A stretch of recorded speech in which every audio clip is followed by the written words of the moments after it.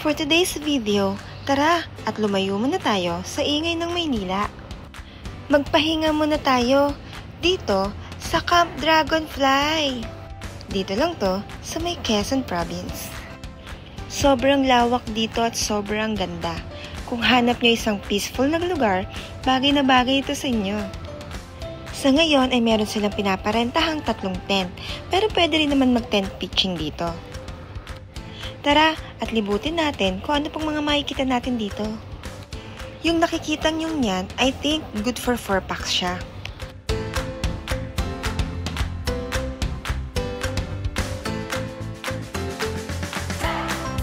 Etong kubo na ito is under renovation, pero sooner or later, magpapabook na rin sila dyan. Tara, check natin yung kanilang CR. Hiwalay yung shower room nila sa toilet. At kung makikita nyo, napakaganda ng interior nila, o diba? Parang wala kayo sa probinsya.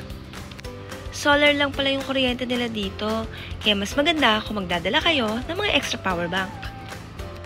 Ito naman yung kanilang toilet area. At diba, napakalinis pa. Ito naman ang kanilang common dining area. Napakalawak at napakalaki.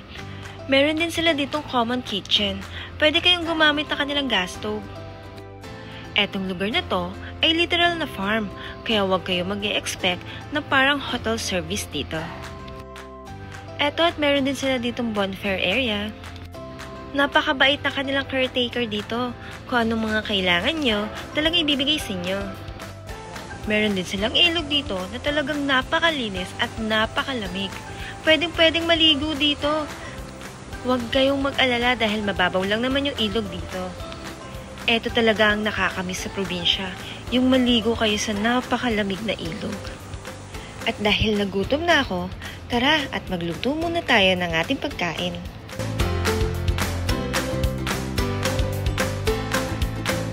At syempre dahil nasa Quezon tayo, hindi natin palalagpasin itong longganisa lukban.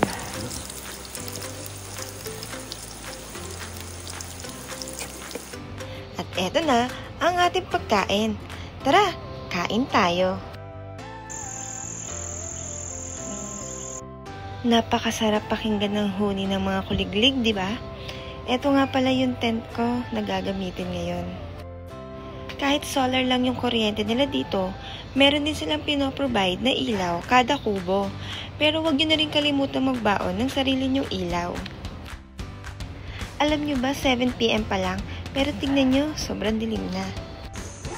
It's time to sleep na guys. Tomorrow na lang.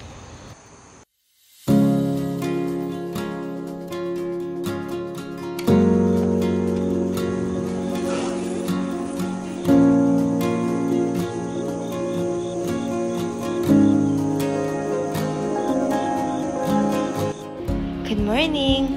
Rinig nyo ba yun? Ang sarap sa tenga, di ba?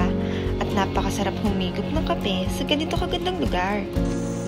So, eto at breakfast time na! Maraming salamat sa sumama sa akin dito sa aking mini adventure.